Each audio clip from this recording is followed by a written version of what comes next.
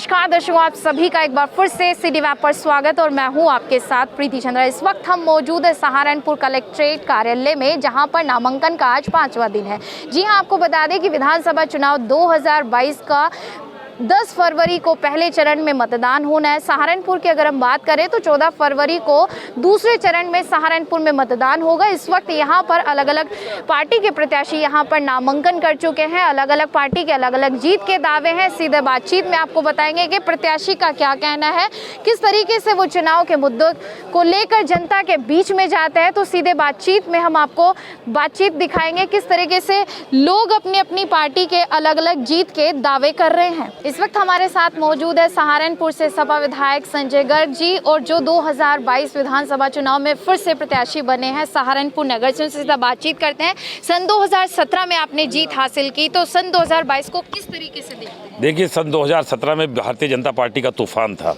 यहाँ के लोगों ने अपनी मोहब्बतों से हमें नवाजा और हमने समुचित प्रतिनिधित्व उन लोगों का किया।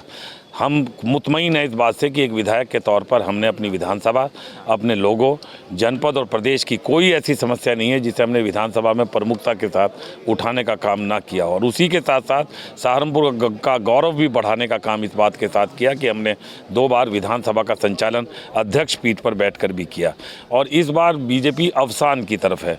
बीजेपी के 5 साल के जो यहाँ के बाबा का कार्यकाल रहा और उसमें जो ठोकों की नीति और केंद्र की जो अर्थनीति रही, उससे आम लोगों में रोष है। लोग महंगाई को देख रहे हैं और उससे पीड़ित हैं।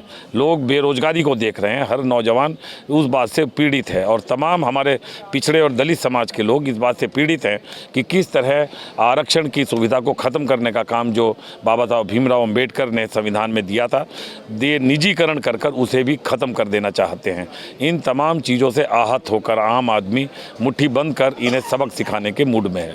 किस तरह के मुद्दे होंगे चुनाव के लिए? जनता के बीच आप किन मुद्दों को लेकर जाएंगे? देखिए, मैंने आपसे पहले भी बताया कि चरम सीमा पर पहुंची हुई महंगाई, बेतहाशा बेरोजगारी, निजीकरण के कारण सरकारी नौकरियों के दरवाजे बंद होना और उसी के साथ साथ किसान आंदोलन में जिस तरह गृह राज्य मंत्री के बेटे ने लखीमपुर में किसानों को रौंदने का काम किया, उससे भारतीय जनता पार्टी का चाल चरित्र और चेहरा सामने आ गया कि वो केवल मात्र 1% हिंदुस्तान के लोगों की फिक्र करती हैं। उनकी जितनी भी नीतियाँ और कानून हैं वो केवल सुपर रिच लोगों के लिए हैं।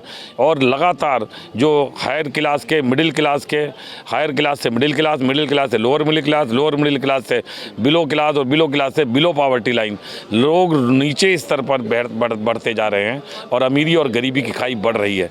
इन तमाम चीज़ों से आम आदमी परेशान है और वो निश्चित रूप से समाजवादी पार्टी और उसके मुखिया अखिलेश यादव को 10 मार्च को मुख्यमंत्री बनाना चाहता है। तो लग रहा है फिर से सरकार आ रही है। आपके साथ में ही खड़े हैं और भी प्रत्याशी भाजपा से भी हैं, राजीव गुंबर जी। राजीव गुंबर की जमानत जब्त होगी। किस तरह से होगी? लोगों ने जो उनके काम है नगर पालिका में, तो वो तो जनता के बीच में लगातार 5 सालों से है, जीत पक्की है। तो नगर निगम में तमाम लोगों के बीच में आप जाइए, आपको पता चलेगा किस तरह से लूटने का काम नगर निगम को अड्डा बनाने का काम किया गया। कई किलोमीटर सीवर लाइन जहां पहले से डली हुई थी उसे दोबारा से डालकर कमीशन खोरी करने के अलावा और कोई दूसरा काम नहीं हुआ। लोग आहत हैं। केवल स्मार्ट सिटी का नाम लिया गया और वो भी जो डर के जो काम हुआ वो हमने विधानसभा में सवाल उठाए। उस आधार पर एक नई गाइडलाइन के आधार पर उन तमाम कामों को करने की कोशिश की गई। आम आदमी इस बात से आहत है और उनके पास कोई एजेंडा नहीं है, केवल ध्रुवीकरण हिंदू मुसलमान, हिंदू मुसलमान। अब लोग इस बात की तरफ जाने को तैयार नहीं है। क्या लग रहा है इस बार भी जाति के आधार पर ही जनता वोट करेगी? जनता महंगाई से त्रस्त है, बेरोजगारी से त्रस्त है, सरकारी नौकरियों के दरवाजे बंद करने से त्रस्त है।